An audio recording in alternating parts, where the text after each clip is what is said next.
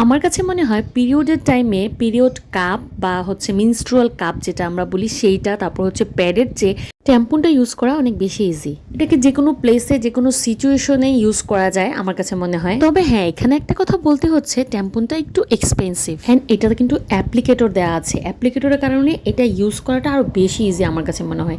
Just কীভাবে use করতে হবে আমি এখানে দেখিয়ে দিচ্ছি, যদিও এখানে প্যাকেটের গায়ে লেখা আছে। এটার যে ভেতরের টিউবটা আছে এটাকে প্রথমে বাইরে বের করে এনে জাস্ট ওইটা ইনসার্ট করে বা অংশটা, এরপরে যে অংশটা বাহিরে আছে সেটাকে জাস্ট আস্তে করে পুশ করে দিলে ট্যাম্পুনটা ভিতরে চলে যাবে।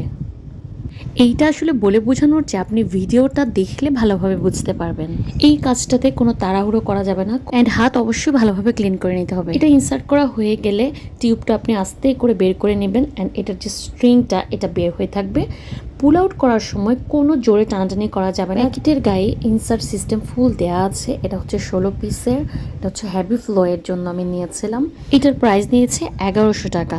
এটা যে কোনো হাজব্যান্ড তার ওয়াইফকে গিফট করতে পারেন, সেই আপুর নির্দ্বিধায় খুব খুশি হয়ে যাবে। থেকে 6 ঘন্টা পর কিন্তু চেঞ্জ করতে হবে।